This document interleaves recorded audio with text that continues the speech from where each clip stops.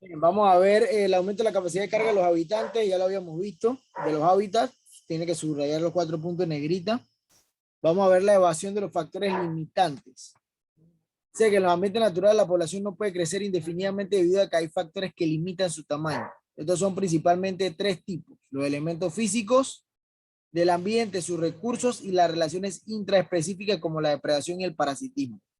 Los seres humanos han logrado evadir la gran medida de estos factores, por eso el crecimiento de la población ya no es limitado por ello. Por ejemplo, para superar los límites que imponen el abastecimiento de los recursos, la persona ha logrado exitosamente aumentar la capacidad de carga del ambiente por medio de la agricultura y la tecnificación. Bien, como sabemos, el ser humano aprendió a cultivar, a cosechar, a cazar y a domesticar. Si no hubiéramos hecho eso, simplemente en la tierra ya se hubiera acabado todo los suministros de alimentos, todo lo del agua. Cosa que estamos haciendo ahorita mismo, porque ya estamos sobrepoblando la tierra a tal nivel que en un par de años ya no va a haber nada. Bien, es algo normal. Profe, ¿qué pensó la primera persona que sembró una semilla? ¿Qué pensó la primera persona que sembró una semilla? No sé. ¿Y cómo sabía que una semilla había que Ellos, sembrarla y había que ahí es donde regarla? entra el detalle. Acuérdate que el ser humano, cuando vivía en la época de la caverna, nosotros éramos como animales. Imagínate que él se comió una fruta y la tiró en el piso. Él se dio cuenta que empezó a salir la fruta, empezó a salir la planta porque se acordó que ahí la tiró. Por eso fue que fuimos aprendiendo. Bien, fue por eso. No me acuerdo que yo vi un video de National Geographic que duraba 2 horas sobre la evolución y el hombre aprendió así, como a la mala. Cuando él empezó a usar ropa, usó ropa porque supuestamente él mató un animal. Como él no se comía el cuero del animal, él dejó el cuero en el piso. Entonces, como él dormía en el piso y estaba acostumbrado a dormir en el piso, le daba como urticaria, le daba alergia, se llenaba de roncha. Pero él ya estaba acostumbrado porque era un animal. Pero ¿qué pasó? El día ese que mató el animal, él se durmió sobre el cuero del animal y se dio cuenta que al día siguiente amaneció sin nada. Entonces él aprendió que si se ponía eso o se lo ponía, no le iba a pasar nada, que eso era como una protección. Así aprendió el hombre. El hombre aprendió a la mala. Es como la primera vez que cazó un animal grande, porque acuérdate que el ser humano no siempre fue el depredador superior. Él aprendió porque hizo una trampa sin querer. Dice que iba a matar a creo que era un mamut, una cosa así. Atacaba ellos, el ser humano atacaba a la presa así en manada. Y cuando ellos cruzaron, parece que cruzaron un charco como de lodo, pero como ellos no eran pesados, ellos supieron pasar. Pero cuando el mamut fue a pasar, se hundió en el lodo. Entonces el ser humano aprendió que podía hacer trampas para cazar, en vez de jugarse la vida. Entonces, así mismo, el hombre que me imagino que aprendió a cultivar fue porque se dio cuenta que todo lo que comía y la semilla que botaba volvía a crecer. Entonces, el ser humano aprendió, todo lo aprendimos a medida que fuimos evolucionando como a los golpes. Bien, viendo lo que hacíamos bien y lo que hacíamos mal. Bien, porque acuérdense que había diferentes tipos de hombres, pues estaba el Homo sapiens, el Neandertal, el Homo erectus y todos fueron evolucionando, ¿no? Obviamente el Neandertal desapareció porque él no aprendió a sobrevivir en el ambiente. Bien, en cambio el Homo erectus sí aprendió y se volvió Homo sapiens. Bien, entonces así a la larga el ser humano siempre ha evadido las cosas, ha aprendido. Ahora es que estamos echando para atrás porque queremos industrializar todo, pero se nos olvidó cómo convivir con el ambiente. Entonces, todo eso es lo que causa el calentamiento global y lo que está pasando ahorita. Dice, ajá, veamos cómo ha superado los otros dos factores. Bien, los factores de evasión son evasión de los depredadores y evasión de las enfermedades. En la evasión de los depredadores, eso tiene que subrayarlo, la especie humana dejó de ser presa para convertirse en una especie superdepredadora, ¿cierto? En la naturaleza, la mayoría de las especies son el alimento de otras, lo cual ejerce un control en el tamaño poblacional. Son pocas las especies como la águila, los osos polares, los tiburones y las orcas que no poseen enemigos naturales, a excepción del ser humano. Las águilas no tienen un enemigo natural, nadie se come un águila, no hay un animal en la tierra que pueda comerse un águila. Bien, el águila es el depredador superior donde esté, pero obviamente el ser humano lo caza y lo mata. Por lo tanto, somos un enemigo a excepción, pues no somos enemigos naturales, pero lo matamos. Igual, los osos polares, lo mismo. Los osos polares no tienen un depredador por encima de ellos en los polos, pero igual nosotros lo matamos con el calentamiento global. O sea, a la larga somos los depredadores de ellos. Igual que con los tiburones y las orcas. Bien, aunque las orcas y los tiburones es diferente, porque las orcas sí atacan tiburones y los tiburones sí atacan orcas. Pero ellos más que todo pelean en territorio, porque las orcas por algo se llaman ballenas asesinas, porque ellas sí matan hasta la misma ballena. Pero la orca en verdad es un delfín, no una ballena. Bien. Dice, esta especie Y atacaría humanos, la orca. sí ataca humanos y se los come. Y son inteligentes, para que sepa. La orca es un animal inteligentísimo. Más que el Es verdad que tiburón. ellas juegan con su comida. Más que el tiburón. La orca es más que el tiburón. Vaya, en estos días casualmente estaba viendo un documental de la orca y los tiburones, que las orcas atacaban a los tiburones y jugaban con ellos como comida y se los comían después, porque ellas atacan, como atacan en manada, ellas son más peligrosas que el tiburón que ataca solo. Entonces, se lo comían. Entonces, cuando era una ballena o era algún animal que ellas veían en tierra, la orca sí se atreve a llegar hasta cierto punto, hasta donde llega la ola. Lo que hacía era que la iba jalando al agua. Y cuando la tenía ya en un pedazo de cubito de hielo, ¿qué hacían? Entre ellas se movían para hacer olas y cada vez hacían la ola más grande para que el animal cayera en el agua para después comerse.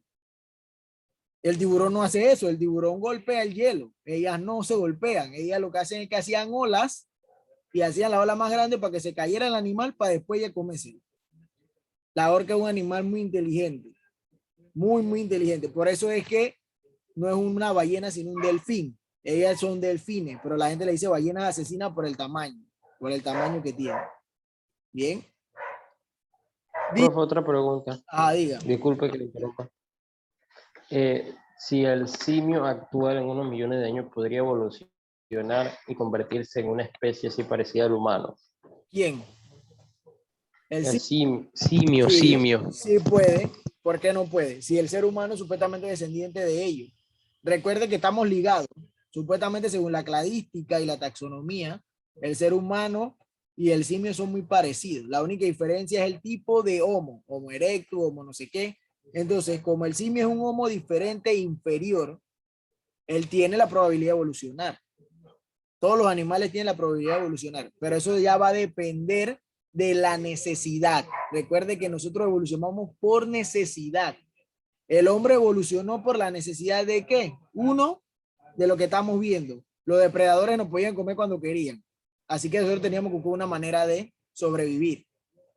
Dos, el alimento. Teníamos que ver cómo subsistir con el alimento porque teníamos que pelear con otros animales por alimento. Entonces el hombre evolucionó para poder ser, como se dice, la especie superdepredadora, estar por encima de todo, pero evolucionamos mentalmente. No tanto física, pero mentalmente sí. Entonces, al evolucionar mentalmente, superamos a los demás animales.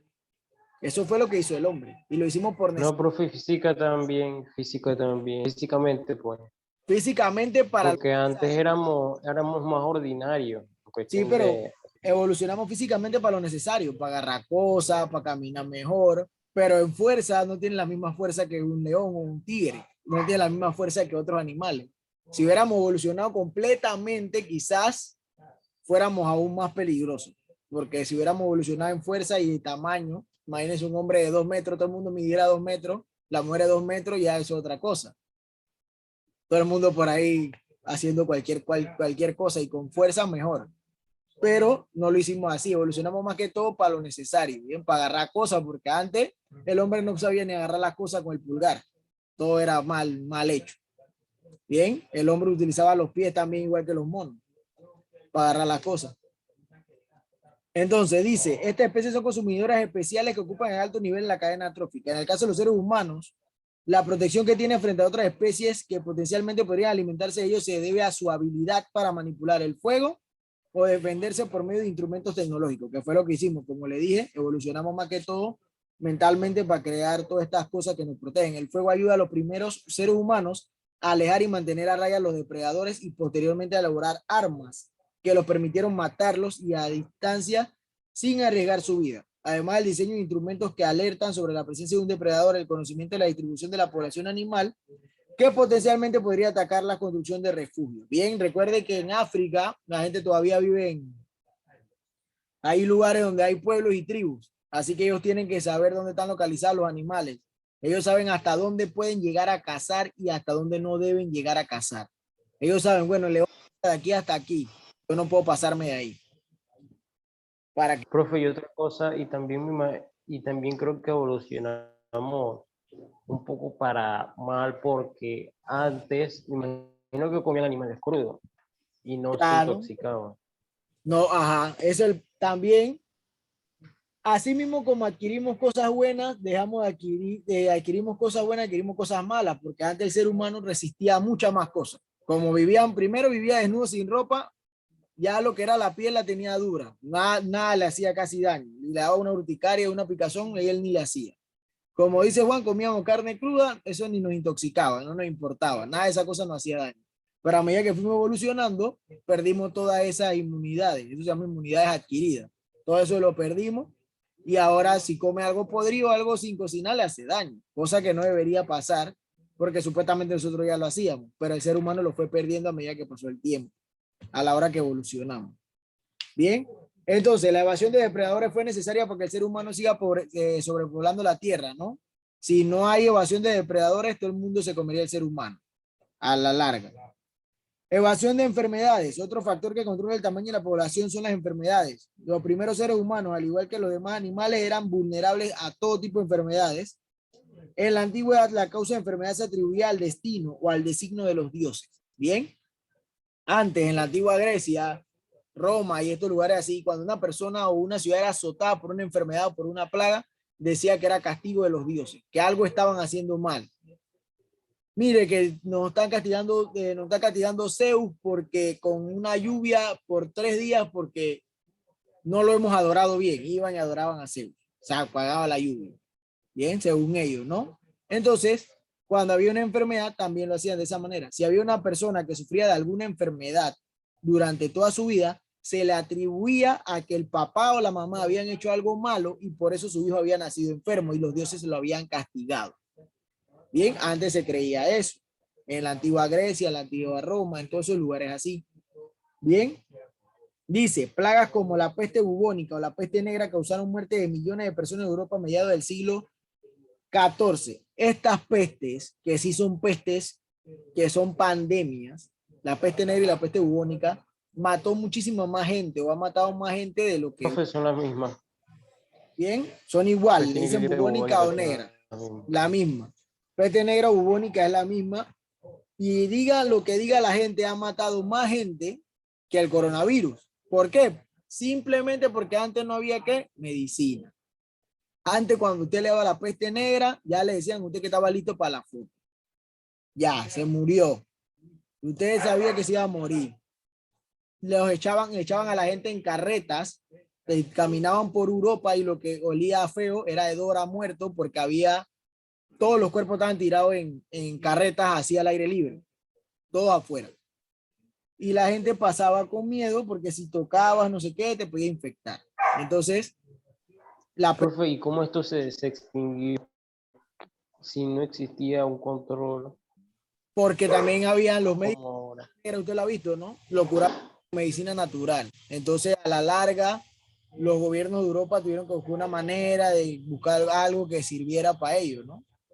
Y a la larga sí la lograron atacar, pero imagínense cuánto tiempo demoró eso. Si el coronavirus lleva 2 años y no sé qué, y lo estamos encerrados es porque hay cuarentena y eso por el tipo de contagio, nada más por el contagio. No por la mortalidad, por el contagio. Ahora imagínense allá que no había ningún tipo de cuarentena, sí, la gente se encerraba en su casa porque quería. La peste negra duró creo que 4 o 5 años más. De eso fue un lío. No, profe, duró como 20 años. Imagínense, 20 años. Imagínense 20 años que tuvo que evolucionar la medicina, 20 años para poder apagar esa pandemia. Y eso que nada más azotó Europa. ¿Y sabe por qué nada más azotó Europa? Porque en el siglo XIV viajar de un continente a otro era un lío. Si hubieran habido aviones, o hubiera habido más barcos, se hubiera propagado por todo el mundo. Y eso que nada más atacó Europa, que se llevó bastante gente de Europa. Eso es lo que pasa ahora, eso es lo que dice mucha gente. la globalización es algo bueno, pero a la vez algo malo. Porque si no hubiera globalización, si en China nada más hubiera caído el coronavirus en China, en una época del siglo XIV, ¿usted cree quién hubieran sido los únicos que se hubieran muerto? Los chinos. Porque ni un país hubiera cruzado para allá, ni ellos hubieran podido cruzar para acá, porque antes no había esa facilidad. No había cómo ir de China a América en un avión. No había cómo ir de China hasta Italia en un avión. Todo tenía que hacerlo caminando o en carreta o en un barco que demoraba días. Entonces, eso era lo que pasaba. La globalización es buena en una parte, pero mala en otra. Porque las enfermedades se propagan así de rápido. Si una persona quiere hacer un atentado terrorista, lo hace así de rápido. Porque hay muchas maneras de llegar rápido ahora a todos los países. Bien. Dice que hacia el siglo XVI se empezó a considerar la idea de que podía existir agentes infecciosos causantes de enfermedades. Durante el siglo XIX se comprendió plenamente la acción y la existencia de gérmenes o microorganismos que causaban enfermedades. A partir de entonces se han desarrollado estrategias para prevenir y curar enfermedades como el uso de antibióticos, el mejoramiento de condiciones de higiene, el aislamiento de las personas infectadas para evitar el contagio y la esterilización de los implementos que se utilizan en los procedimientos quirúrgicos para evitar nuevos contagios. Mire que hasta el siglo XIX no es que la gente se dio cuenta, bueno, es que hay virus y bacterias. Hasta el siglo XIX fue que dijeron, bueno, hay que hacer esto y esto y esto contra las enfermedades. Y aparecieron los antibióticos. El antibiótico es uno de los mejores inventos de la medicina, pero a la larga también lleva una consecuencia. Como el antibiótico se creó a mediados del siglo XIX, no, en el siglo XXI, han pasado 2 siglos, los virus y las bacterias también evolucionan y han creado una, ¿cómo se dice? Una contramedida contra los antibióticos. O sea que ya hay enfermedades que los antibióticos no le hacen. Bien, porque también aprenden y evolucionan las bacterias y los virus, para que sepan. Bien, dice, en la actualidad muchos avances médicos permiten prolongar la vida de las personas. Exámenes médicos realizados con tecnología avanzada permiten detectar muchas enfermedades y desórdenes que pueden ser tratados oportunamente. Los trasplantes, las diálisis y la transfusión de sangre se han perfeccionado, al igual que el desarrollo de medicamentos como los antibióticos para varios fines. Bien, si no fuera por la invención de las vacunas, de los antibióticos y de los medicamentos, porque antes todo se curaba naturalmente con medicinas naturales, que era, como le digo, había que adivinar. Los médicos que estaban en esa época tenían que adivinar más o menos qué era lo que usted tenía. Bueno, es que usted tiene urticaria, o usted tiene, bueno, tiene un sarampión. Tenían que adivinar y le ponían pomadas y le daban menjurjes.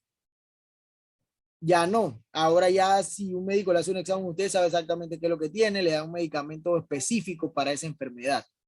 Gracias a los... Una de las curas en ese tiempo, profe, era sacarle sangre, porque existía una creencia de que las enfermedades causaban por exceso de sangre.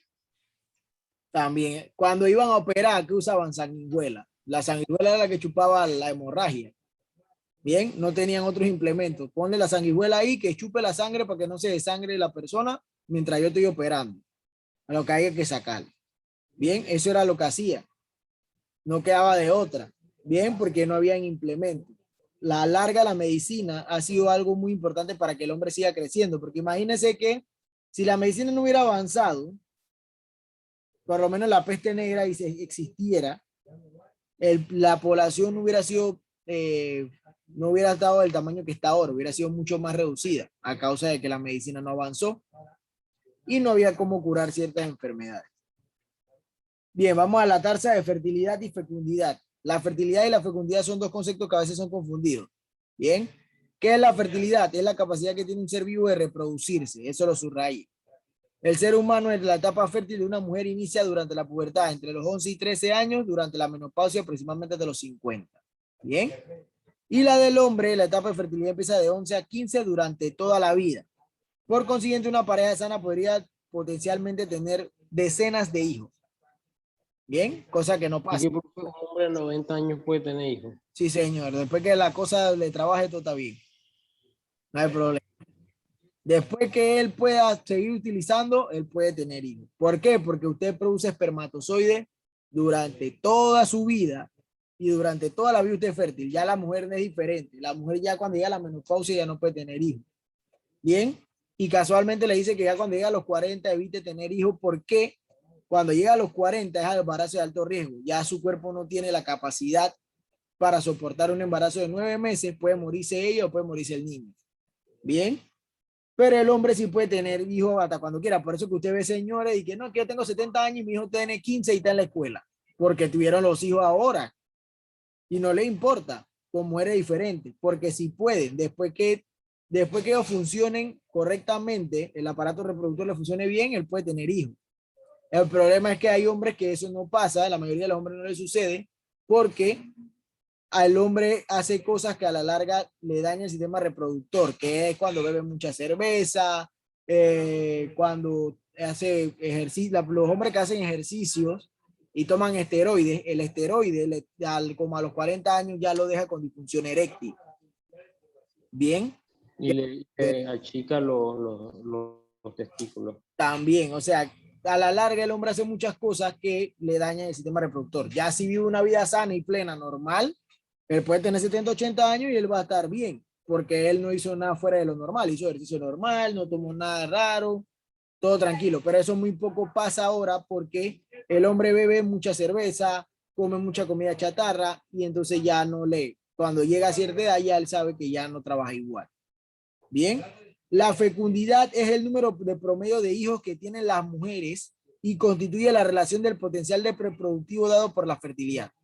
La fecundidad varía mucho según la región del mundo, presta atención, y sus condiciones sociales. En Europa y China, por ejemplo, las mujeres suelen tener entre ningún hijo y un hijo nada más.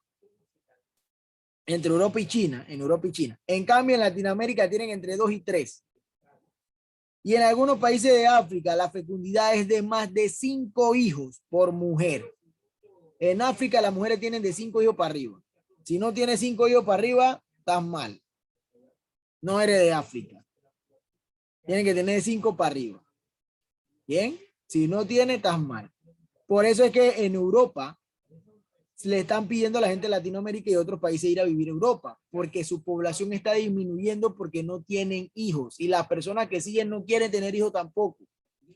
Bien, tienen un solo hijo, eso no le aumenta la población. Entonces quedan con plaza. Pero, profe, también puede haber una razón de por qué los continentes no pendientes más desarrollados. Bien, lo que pasa es que, por lo menos en Europa, las personas de Europa no quieren tener hijos por muchas razones. Ellos lo ven de muchas maneras, ¿no? Ellos ven, bueno, el calentamiento global, piensan que, como le digo, que no hay trabajo, no hay cómo mantener un niño, prefieren tener muchas cosas ellos, o ellos estudian mucho también, porque se preparan demasiado en la vida y cuando van a ver, para ellos es demasiado tarde. Yo tengo 40 años, ya yo para qué voy a tener hijos. Tengo 30 y pico, ya para qué voy a tener hijos. Bien, no es como en Latinoamérica, que es diferente. En Latinoamérica, las personas tienen hijos desde los 14 y 15 años por cosas de la sociedad. ¿Por qué digo cosas de la sociedad? ¿Por qué? Porque el niño está incitado, o el niño, si no se le cría ver, se le incita a seguir esa cultura. Hay que tener hijos. Vaya y tenga hijos.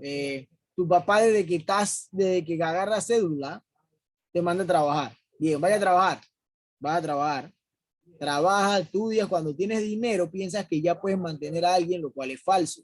Además de eso, tu mamá, más que todo le pasa mucho a las mujeres, porque lo he visto, la mujer puede tener 20, 25 años y la mamá le está preguntando, ¿cuándo va a tener hijos? ¿Cuándo va a tener hijos? Eso no pasa en Europa. En Europa nadie le está diciendo a la muchacha tenga hijos, tenga hijos. Bien, nadie las incita en ninguno de estos países. Ya eso es una decisión aparte de cada persona, porque cuando usted ya se gradúa o estudia o hace lo que quiera hacer, es su decisión. Su mamá y su papá no tienen que obligarlo. En Latinoamérica tenemos una mala cultura de que siempre está la constante de que hay que tener hijos, lo cual es falso. Si usted no quiere tenerlos, no los tenga. Y es lo más adecuado ahora en esta época o en estos tiempos por todas las cosas que están pasando. Bien, entonces en Europa hay una cultura diferente. Bien, como le digo, la mayoría de las cosas o estudios han dicho que es porque se preparan bastante, estudian bastante y cuando van a ver es demasiado tarde para tener un hijo. Dice, en cambio en África es diferente. En África, acuérdense, como le dije, que hay pequeñas tribus.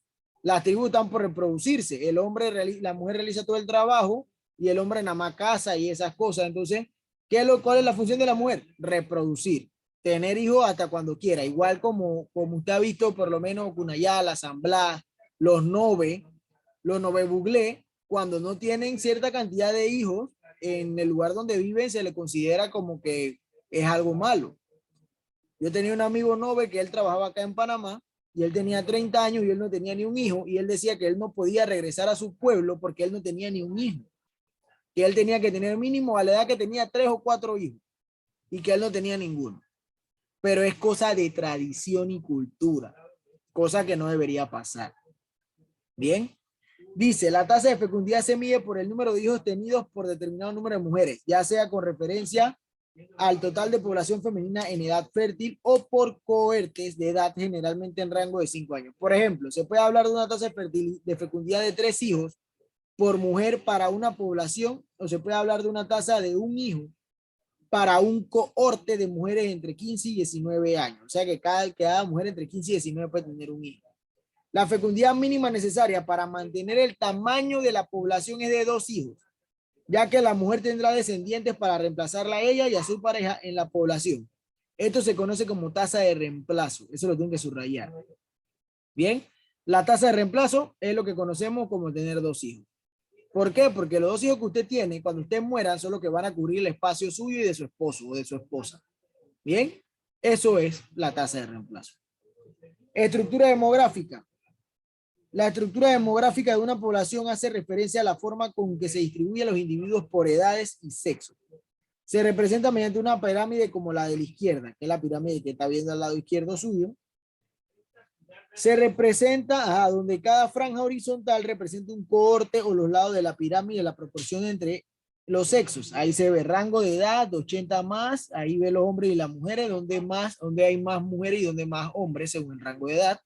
Donde hay más hombres y más mujeres según el rango de edad dependiendo de los tiempos, de 96, 81 y 2007 tiene ahí.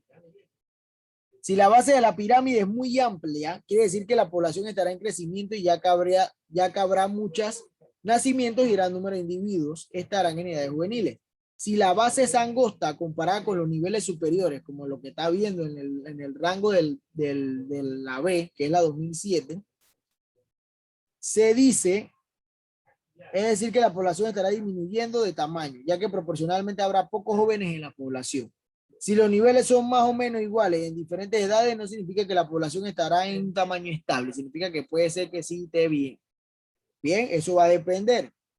El índice de mortalidad y supervivencia. Desde el punto de vista biológico, los seres humanos son una especie que presenta una tendencia de mortalidad tipo 1. Por lo tanto, los mayores índices de muertos se presentan durante la etapa de la vejez. Esto se debe, entre otras circunstancias, a que este grupo de personas corresponde a los individuos más débiles y más propensos a desarrollar enfermedades. Este hecho, que esta población no tenga tanta incidencia en el tamaño poblacional futuro, porque está terminando su ciclo de vida y ya ha pasado su etapa reproductiva. En algunas regiones del planeta se presentan el caso de bebés y niños que mueren en una alta proporción, lo que sí afecta a los índices de tamaño en población a futuro. Bien, es decir, que los niños mueren al nacer o mueren bebés más que los viejitos. Entonces eso afecta el crecimiento poblacional. La alta mortalidad infantil puede ser premedida mediante programas sociales que tengan como objetivo la educación de las madres para mejorar el cuidado de los niños en sus primeros años, la asistencia médica oportuna de calidad y el acceso a vacunas y medicamentos para tratar enfermedades comunes entre ellos. Bien, cuando mueren muchos niños así se debe a muchas cosas, ¿no? La mamá no lo sabe criar o vive en un barrio muy bajo, hay muchos problemas, entonces el niño muere por falta de comida o alguna enfermedad. Bien, suele pasar mucho. La demografía actual de la población humana dice que los índices de natalidad y mortalidad se miden contando el número de nacimientos y muertes por cada 1000 personas, respectivamente en un periodo de tiempo determinado. Estos índices no son iguales para todos los países del mundo. De hecho, varían fuertemente de una región a otra y están ligados al desarrollo socioeconómico del país. Los índices de pobreza y la estructura por edades de la población y aspectos socioculturales. Los índices más altos de natalidad como de mortalidad se encuentran en los países africanos subsaharianos. Los índices más bajos de natalidad se presentan en los países desarrollados de América, Europa y Asia, al igual que Australia. Bien, eso lo subraya, ¿bien? los índices de natalidad y mortalidad más bajos están en el África subsahariana. Digo, más alto, donde más nace niños, donde más muere gente es en África. Siempre, en el mundo siempre ha sido así. Bien, y en América también, en los países subdesarrollados. En cambio, en los países desarrollados, como Estados Unidos, Canadá, en América, Europa, Asia y al igual que Australia, no hay tanta tasa de natalidad. No nace tanta gente porque, como le digo, se la pasan estudiando, trabajando, el desarrollo es muy alto y ellos no tienen o no se dan la oportunidad de tener hijos. Con respecto a la mortalidad, los países de Centro y Suramérica presentan índices bajos y los índices de mortalidad influyen en la esperanza de vida de las personas. Bien, Centroamérica y Suramérica supuestamente tienen índices bajos de mortalidad, no muere tanta gente como en otros países. ¿Por qué? Población. Recuerde que hablamos de población. Usted no puede comparar Panamá, que tiene 4 o 5 millones de personas, con Estados Unidos, que tiene millones de personas, y obviamente en Estados Unidos se va a morir más gente que en Panamá en un día, obviamente.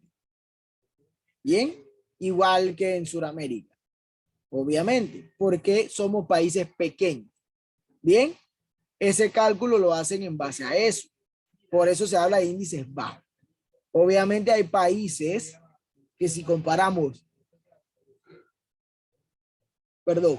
Rusia y Estados Unidos, que más o menos están ahí, ya es otra cosa. Tienen un poco, Rusia tiene un poco más de población, tiene más o menos el mismo tamaño, todas las cosas que pasan, es un país desarrollado, ahí sí te puede decir, bueno, no, se parece. Pero obviamente en Sudamérica y América del Central, los países más pequeños tienen menos población. Obviamente, si nos comparamos con países más grandes, obviamente vamos a tener menos tasa de mortalidad. Bien, por eso a veces siempre se comparan entre regiones. Dice, asimismo, la esperanza de vida es el número de años promedio que se espera que viva una persona en una población determinada.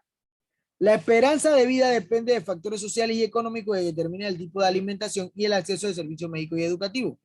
Mientras que en Norteamérica la esperanza de vida es de más de 70 años, en África es menos de 50 y en Asia y Sudamérica oscila entre los 60 y los 70.